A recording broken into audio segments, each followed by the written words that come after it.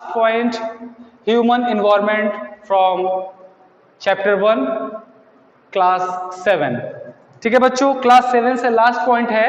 So today I will explain only one para, only one and last topic, human environment. What is human environment students?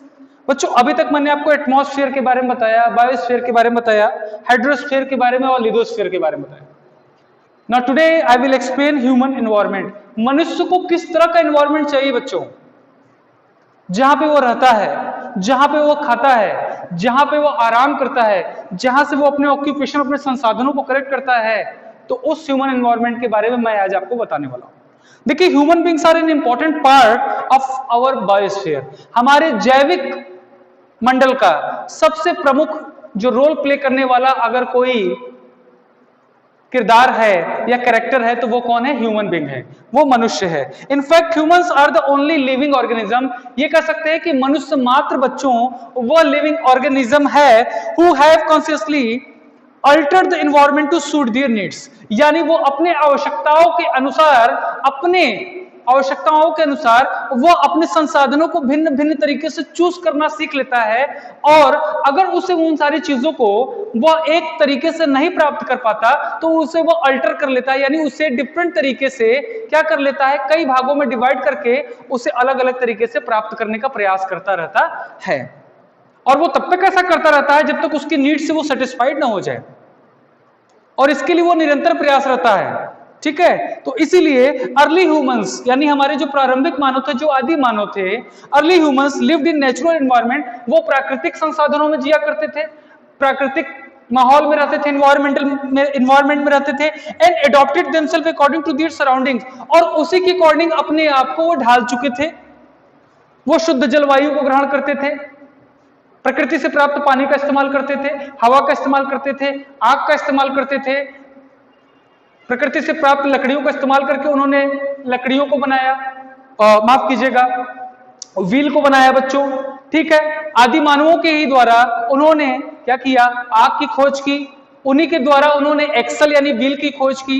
तो इस तरह से मनुष्य ने ही कृषि को किस तरह से समझा कि सीड्स का एक टुकड़ा, एक दाना जब मिट्टी में चला गया, भूमि में चला गया, किस तरह से उसमें ढेर सारे सॉइल्स में से प्लांट निकल आए. तो उसे लगा इस चीज को कि अगर इस तरह से वो भी करेगा तो बहुत ज्यादा क्या कर सकेगा, ढेर सारे क्रॉप्स को कर सकेगा, ढेर सारी पैदावार कर सकेगा. इस तरह से उसके जो दिमाग का जो डेवलपमेंट था वो तेजी से होना शुरू हुआ. इस तरह से अर्ली ह्यूमन जो था वो डेवलप करना शुरू कर गया. तो early humans lived in natural environment.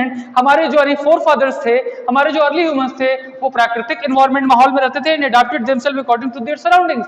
और अपने सराउंडिंग्स के अकॉर्डिंग ही वो अपने आप को उस माहौल में एस्टेब्लिश कर चुके थे. With the passage of time, लेकिन जैसे जैसे समय बीतता गया बच्चों, जैसे जैसे समय बीतता गया, समय आगे बढ़ता गया, the requirements of human beings, तो मनुष्यों की जो बच्चों जरूरत थी, जो आवश्यकताएं थी, वो क्या होती गई, इंक्रीज्ड, वो बढ़ती गई. ठीक है, मनुष्य जैसे जैसे समझदार होता गया, मनुष्य जिस तरह से आगे आगे ग्रोथ करता गया. ठीक है, जब वो कभी आदि मानव हुआ करता था, अर्ली ह्यूमंस हुआ करता था, जब एक समय मनुष्य अर्ली ह्यूमंस हुआ करता था तो उसकी नीड्स सपोज क्या होती थी, उसकी नीड्स थोड़ी सी थी. बट जब वो एडवांस टेक्नोलॉजी में आया, या कह सकते हो एडवांस एज में आया या मॉडर्न एज में आया, तो क्या हो गया, जब वो मॉडर्न एज में आया तो उसकी जो नीड्स थी वो कई सारी नीड्स बनती चली गई, बहुत सारी उसकी नीड्स बनती चली गई. यहां पर उसकी नीड्स कुछ ही दिख रही है नीड्स, लेकिन यहां पे उसके बहुत सारे नीड्स दिख रहे हैं. इससे क्या पता चल रहा है, ये उसकी नीड थी, ये उसकी नीड्स थी. अब यहाँ पे भी उसकी नीड्स ही है, लेकिन नीड्स क्या है, यहाँ पे नीड्स उसकी कुछ नीड्स थी जो उसको एनवायरनमेंट से मिलती थी. लेकिन यहाँ पे मॉडर्न एज में, एडवांस एज में जैसे जैसे वो डेवलप करता गया, उसकी नीड्स भी बढ़ती चली गई. पहले वो ठेली गाड़ी पर, एक्के गाड़ी पर और दूसरे जानवरों पर डिपेंड रहा करते थे, और एक स्थान से दूसरे स्थान माइग्रेट किया करते थे, ट्रांसपोर्ट किया करते थे. यानी वो एक स्थान से दूसरे स्थान माइग्रेट करना हो या जाना हो, विजिट करना हो, तो वो क्या करते थे, एक्का गाड़ी, घोड़ा गाड़ी और ऊंट गाड़ी का इस्तेमाल करते थे, या जानवरों पर डायरेक्टली बैठ करके आवागमन करते थे. परंतु अब क्या हो गया है, अब वो क्या करते हैं, उन्होंने ट्रांसपोर्ट सिस्टम को नया रूप दे दिया है. उनके लिए अब उन्होंने क्या किया, धीरे धीरे वो एडवांस होते गए, उन्होंने इन्वेंट किया. अब नए नए मोटरसाइकिल, बाइक, कार, बस, truck, train, even also Airways की भी व्यवस्था हो गई, यानी एयरप्लेन और हेलीकॉप्टर से भी वो यात्रा करते हैं, जिससे यात्रा सरल एवं सुगम भी हो गई.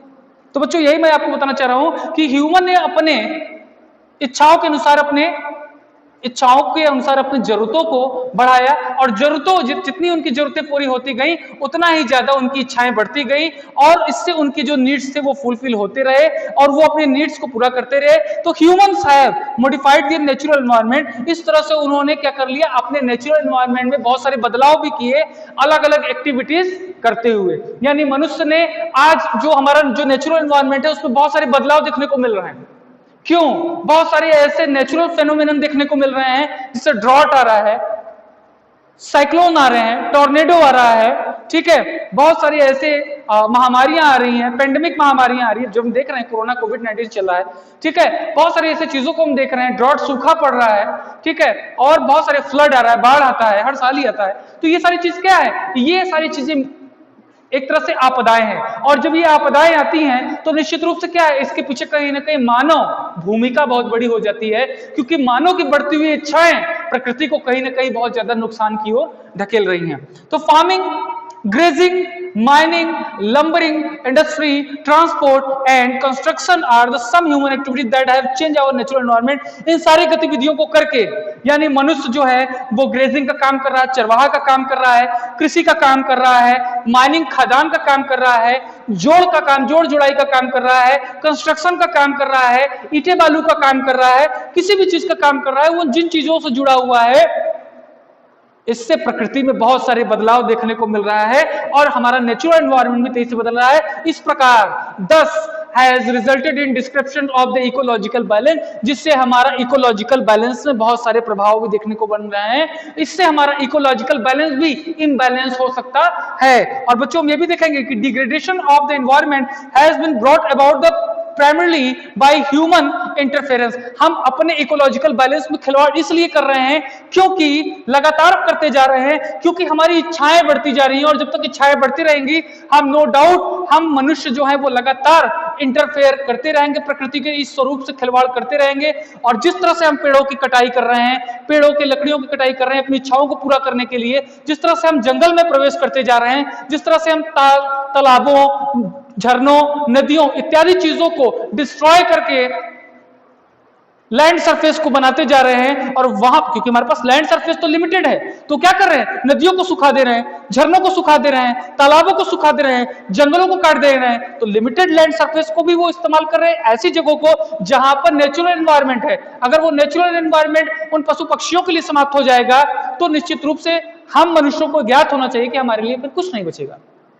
तो निश्चित रूप से हमारा एनवायरनमेंट भी क्या हो जाएगा, इंटरफेरेंस से डिग्रेड होगा। इसीलिए we need to be sensitive, हमें समझदार बनना होगा, हमें बुद्धिमान बनना होगा, हमें अवेयर होना होगा of the various environmental problems और हमें अपने आसपास की जितनी भी प्राकृतिक चीजें हैं उनकी रिस्पेक्ट करनी होगी, उनकी समस्याओं को समझना होगा और उसके अकॉर्डिंगली ही हमें अपनी इच्छाओं को आगे लेकर बढ़ना होगा। And take care not to destroy our environment any further. और इस बात का भी ध्यान रखना होगा कि हमें आगे आने वाले समय में अपने एनवायरमेंट, अपने प्रकृति के साथ खिलवाड़ ना करते हुए, प्रकृति की रिस्पेक्ट करते हुए, अपने प्रकृति को बचाते हुए खुद के लाइफ को भी हम सिक्योर करें। यही हमारा ह्यूमन एनवायरनमेंट कहता है। तो बच्चों आज के टॉपिक में इतना ही। आई होप कि आपको टॉपिक समझ में आई होगी। Respect your environment, respect your nature. Thank you, God bless you.